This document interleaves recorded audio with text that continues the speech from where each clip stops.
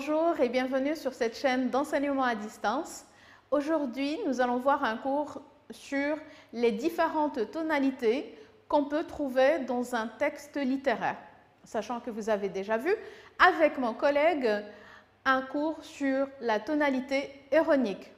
Donc l'objectif de ce cours est d'identifier les tonalités de texte, puis en dégager les caractéristiques et les effets de sens. Commençons par la lecture du premier support. Pauvre petite, ton père qui t'aimait tant, ton père qui baisait ton petit cou blanc et parfumé, qui passait la main sans cesse dans les boucles de tes cheveux, comme sur la soie. Donc, vous l'aurez compris, ce passage est extrait du roman à thèse Le dernier jour d'un condamné, écrit par Victor Hugo. Alors, qui parle? Eh bien, c'est le condamné. À qui parle-t-il? À sa petite fille Marie. Et donc, on remarque ici que le narrateur exprime sa souffrance en pensant à sa fille et à sa vie future, son père. Donc, nous avons la phrase exclamative. Donc, je reviens. Vous avez pauvre petite, d'accord? Nous avons la répétition de la relative ton père qui t'aimait, ton père qui passait sa main dans les boucles de tes cheveux. Et puis, nous avons ici l'effet produit, c'est susciter la pitié et la compassion du lecteur. Nous avons donc une tonalité, mais avant de l'identifier, nous allons la définir. Qu'est-ce qu'une tonalité?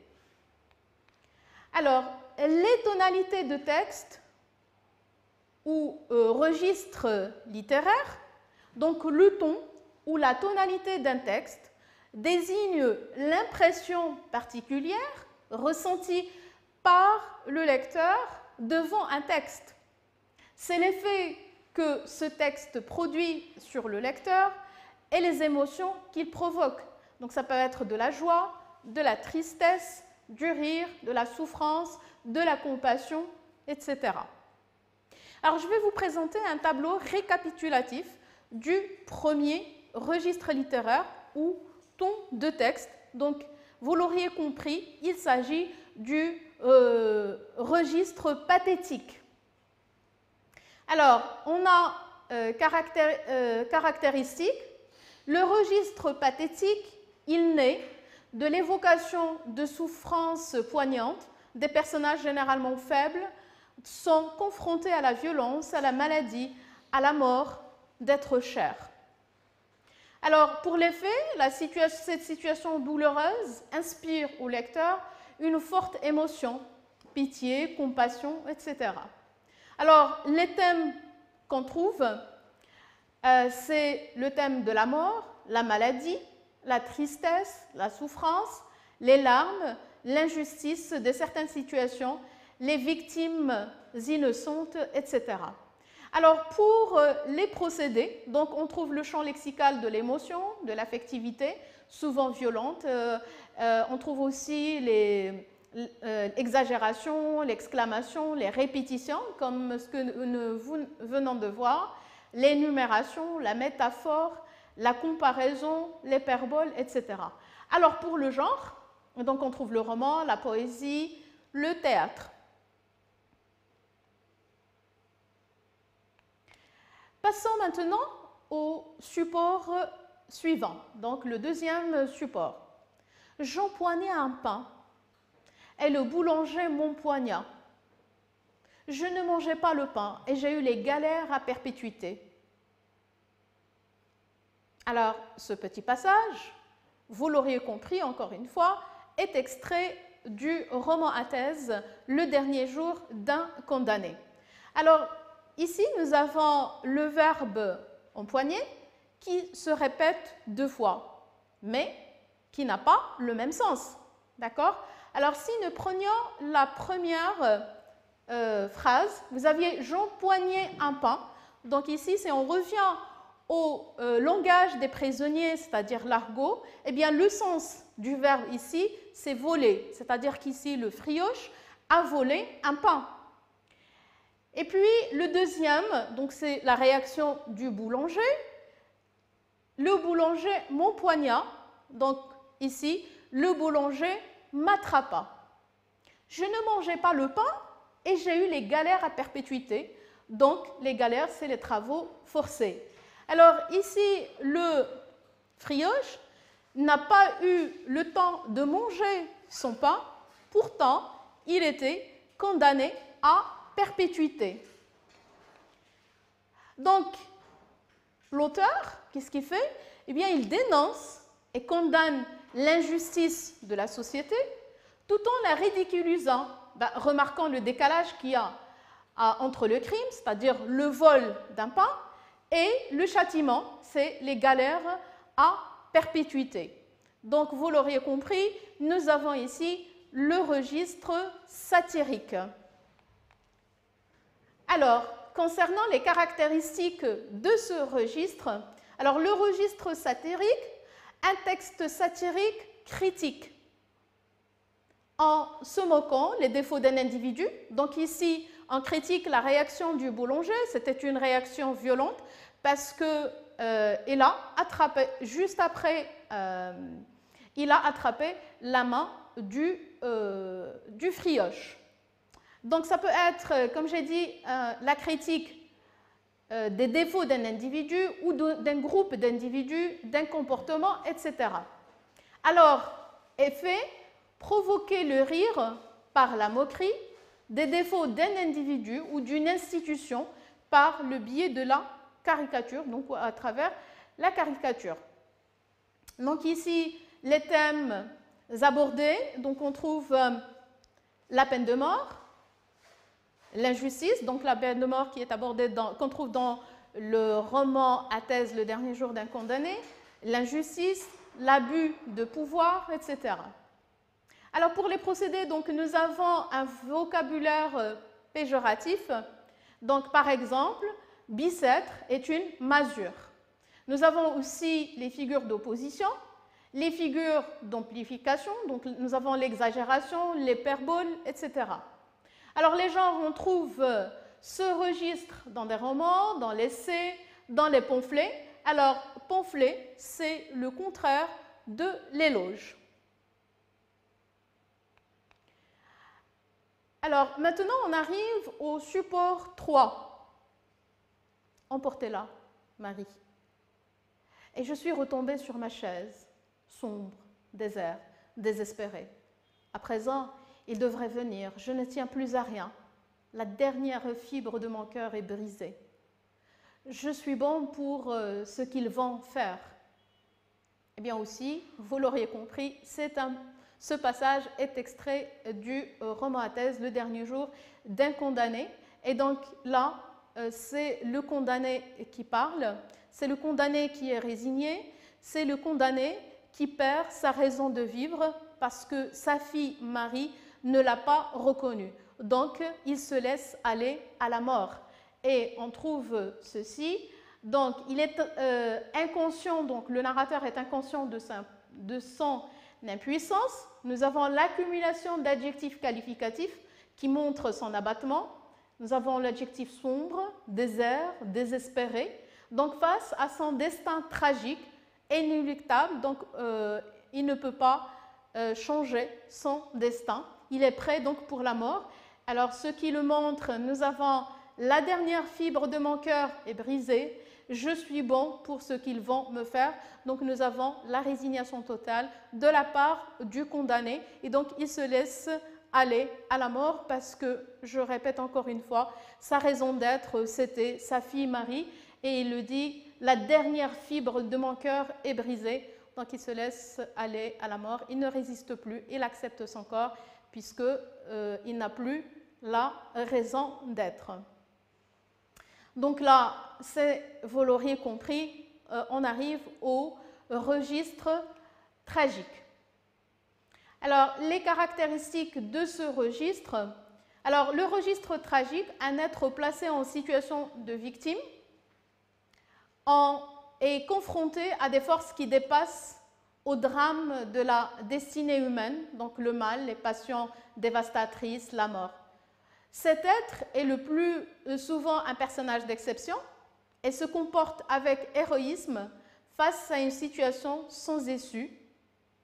Un enchaînement inéluctable conduit à une fin triste, à un destin qui est fatal. Alors, pour ce qui est des effets, ce registre donc cherche à provoquer l'effroi et la pitié devant la puissance du destin.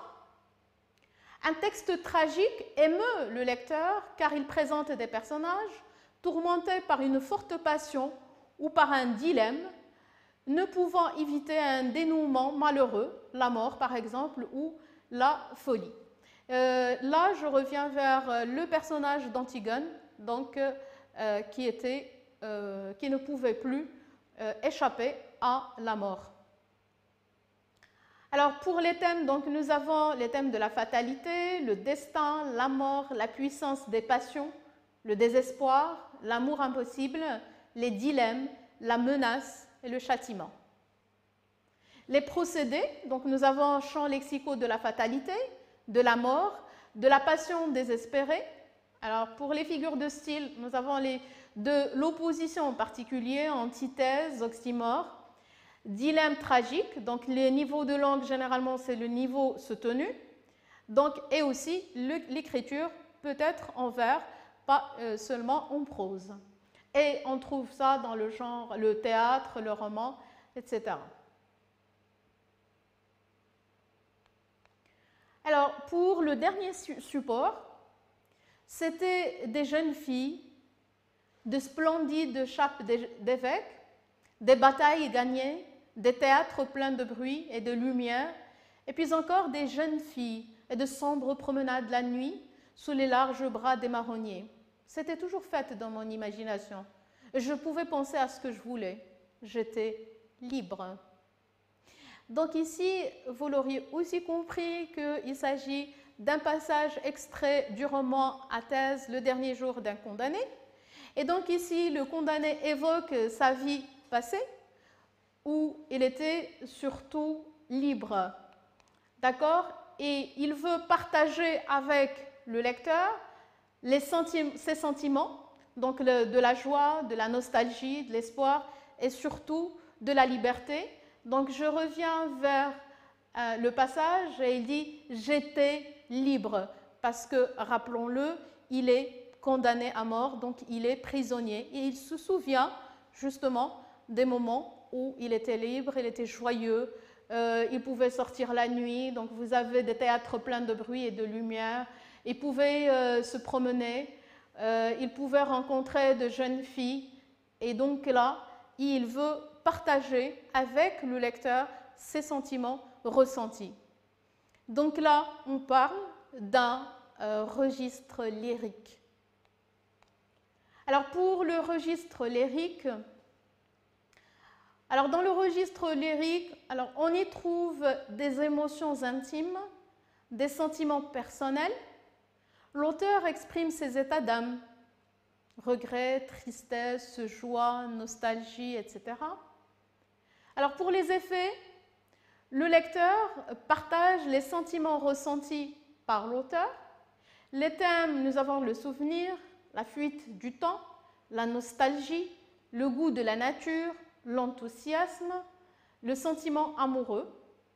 Alors, pour les procédés, nous avons les marques de la première personne et vous l'aviez remarqué, c'est qu'il y a l'expression du jeu, plus apte à traduire l'intimité, lexique des émotions et des sentiments. Nous avons une ponctuation aussi forte, des interjections, etc. Alors pour le genre, donc c'est le lyrique, on le trouve entre autres dans la poésie lyrique.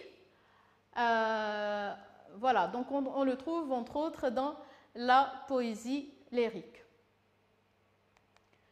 Alors, on arrive à la fin de cette activité.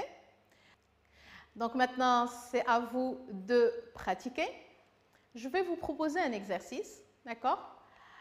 Et donc, vous allez identifier dans un premier temps le registre et les effets produits sur le lecteur. Alors, le premier passage, je vous raconte un malheur qui n'eut jamais d'exemple.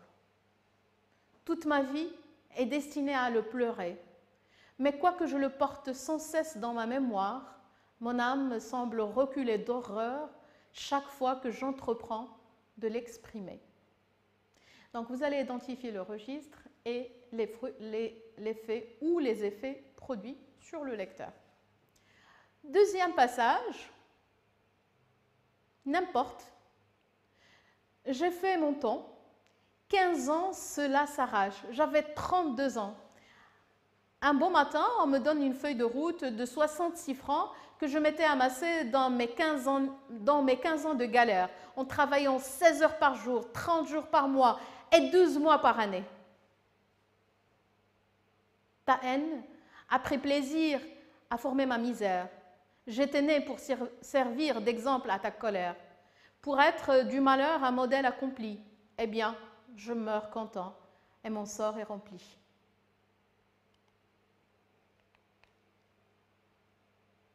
Tout en moi contrastait avec cette nature, sauf ce goût du silence. Mais moi, si je me tais, c'est pour le plaisir de me taire. Ce plaisir n'exclut pas quelques pensées. Toutefois, ce ne sont que des pensées oisives qui flânent, errent, vagabondent, ou bien entrent dans ce demi-sommeil si favorable aux vaines songeries. Je ne fais pas alors de réflexion, mais je poursuis nonchalamment le reflet des figures vagues qui me peuplent si je garde le silence. C'est qu'il facilite à ces ombres fugitives l'accès d'une âme enchantée par leur apparition. Donc je vous laisse un petit moment de réflexion. Je rappelle que vous allez, dans un premier temps, identifier le registre de texte et l'effet ou les effets produits sur le lecteur.